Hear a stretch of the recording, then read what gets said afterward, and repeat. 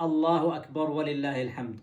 الله أكبر كبيرا، والحمد لله كثيرا، وسبحان الله بكرة وأصيلا. الحمد لله رب العالمين، حمدا كثيرا طيبا مباركا فيه. الحمد لله على هذا اليوم العظيم، الحمد لله على هذا الفتح الكبير، الحمد لله على تحرير بلاد الشام من عصابة إيران. الحمد لله أن عشنا حتى هذه اللحظات المباركة. فرحة عظيمة تعم العالم الإسلامي عندما تحررنا، عندما انتفضنا على الظلم والطغيان والاستبداد والاستعباد، فجاء اليوم الذي ننال فيه الحرية. والله أني كيمني أشعر بالفرحة كأني من الشام.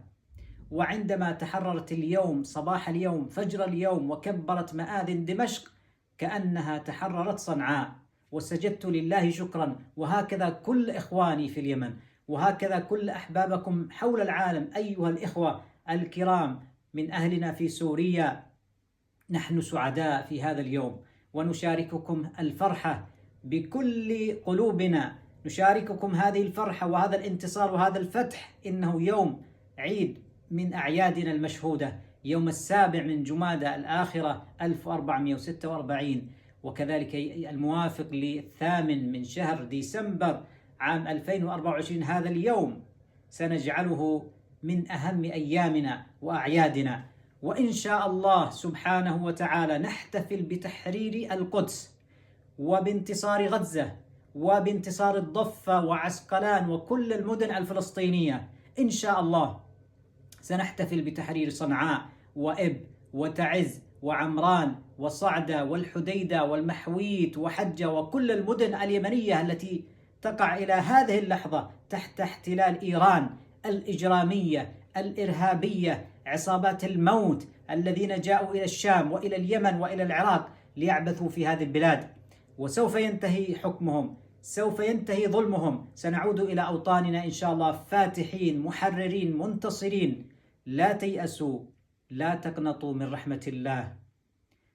كما جاء الفرج لأهل الشام سيأتي الفرج، ونحن نؤمن ونقسم بالله العظيم أن صنعاء ستعود لأهلها، وأن المهجرين والمشردين والنازحين اليمنيين حول العالم سيعودون ليحتفلوا في صنعاء، في ساحة التحرير، في ساحة السبعين، في الحصبة، في حزيز، في كل مكان.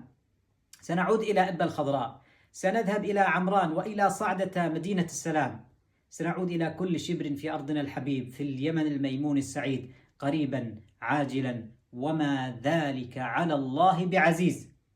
وإنه لجهاد، نصر أو استشهاد. أسأل الله عز وجل أن يعجل ذلك وأن يجعله قريبا عاجلا وفتحا مبينا ونصرا عزيزا. والسلام عليكم ورحمة الله وبركاته.